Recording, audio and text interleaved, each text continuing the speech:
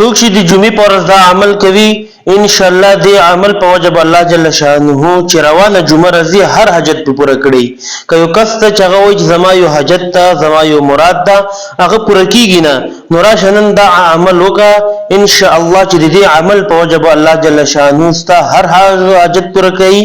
چې کوم ستا حاجت دي ستا په زړه کې وي نه حاجت به روانه جمعې پرې پوره وي ډېر آسان او بهترین عمل ده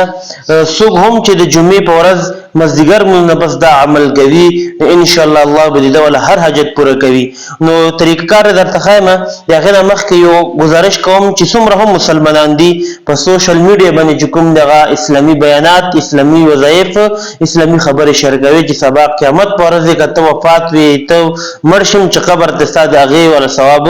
رجستا ولا میموري ستا ولا شیرینګ هغه اسلامي ویډیوګانو نه پراته وي نو طریقه کار څنګه دا جمعې په ورځ د مزدګر مز نه پس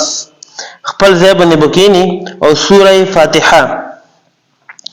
الحمد لله رب العالمين الرحمن الرحيم مالك يوم الدين